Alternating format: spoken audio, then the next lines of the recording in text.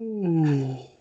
Muy buenas tardes, este es el video número 2 de electromagnetismo que explicará el concepto de campo magnético.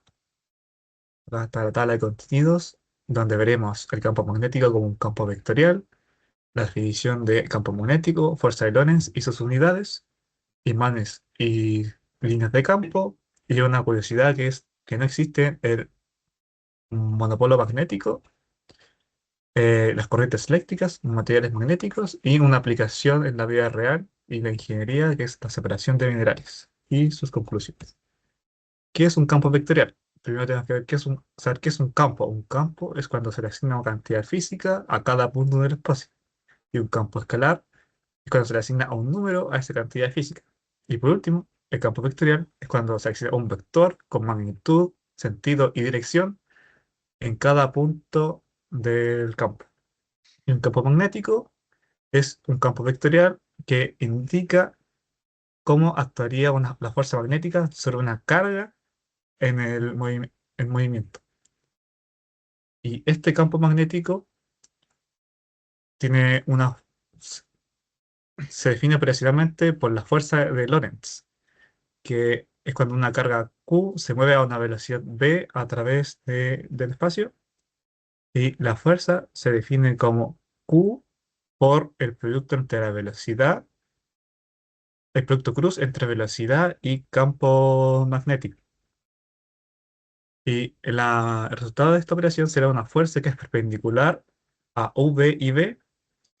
Entonces no realiza trabajo, no acelera, ni cambia la velocidad de la partícula. Pero sin embargo cambia su trayectoria, y por eso las partículas en el espacio suelen describir como una especie de círculos o líneas curvas.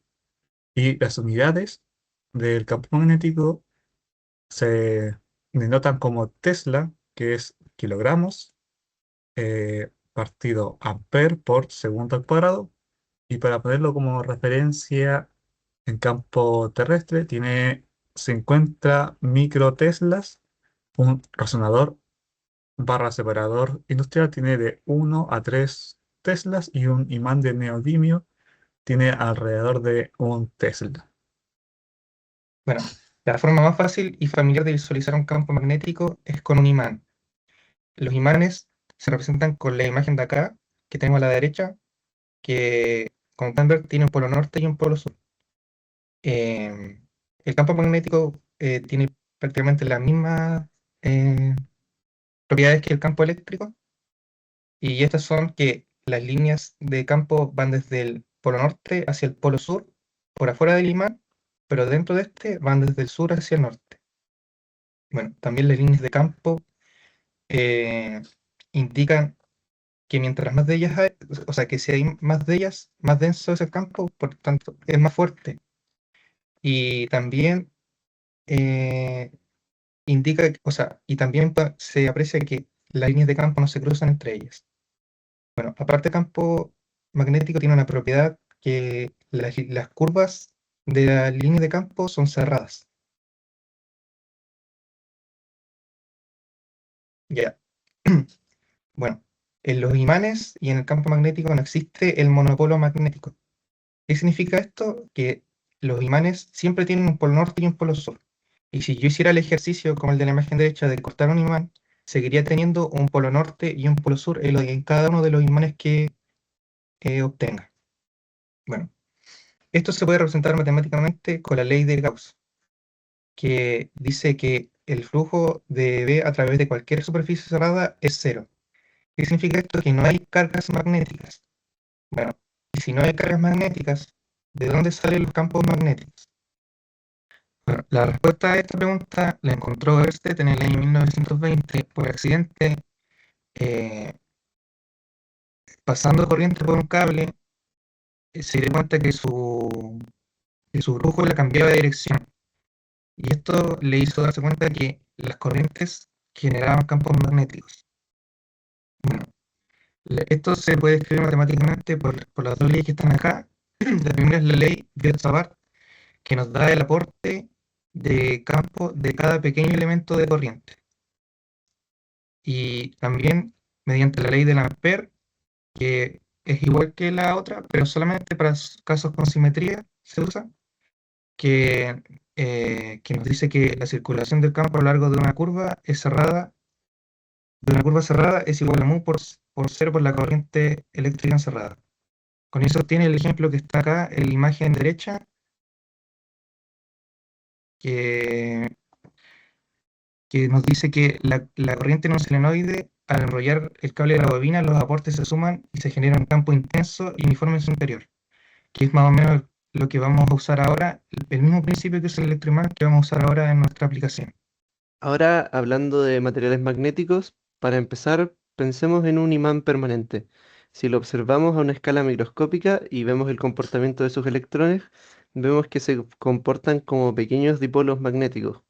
Según cómo estos se organizan, los materiales se pueden clasificar en tres grupos. Uno, los materiales ferromagnéticos, como el hierro, el níquel, el cobalto o la magnetita.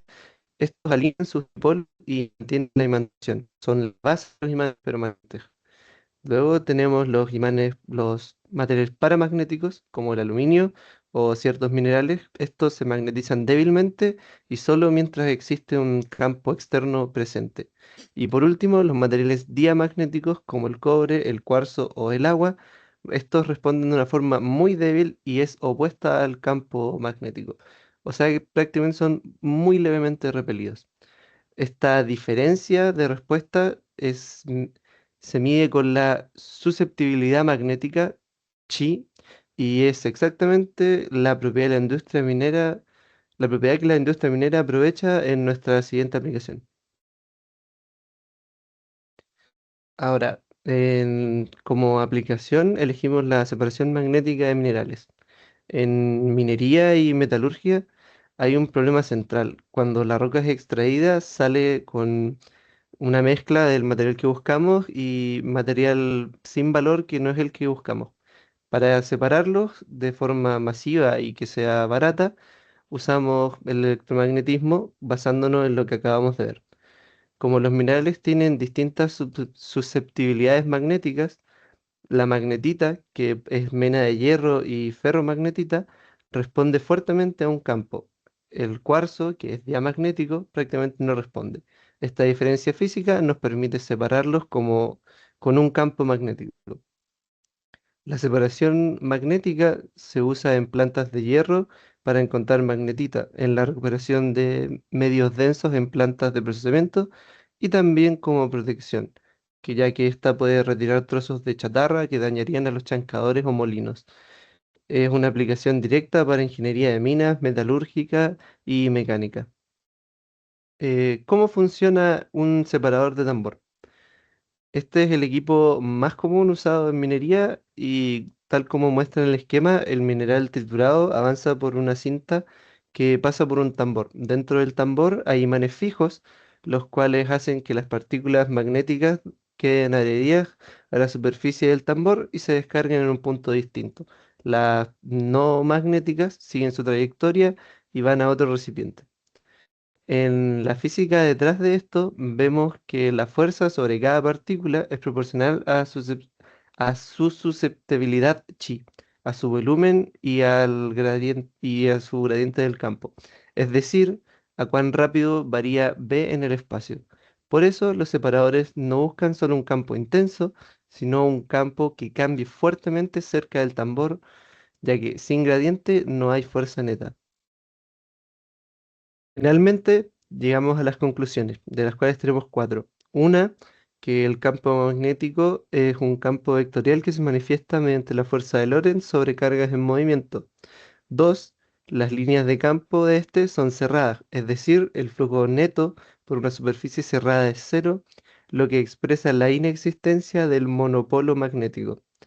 Tres, sus fuentes son corrientes eléctricas y los momentos magnéticos de la materia.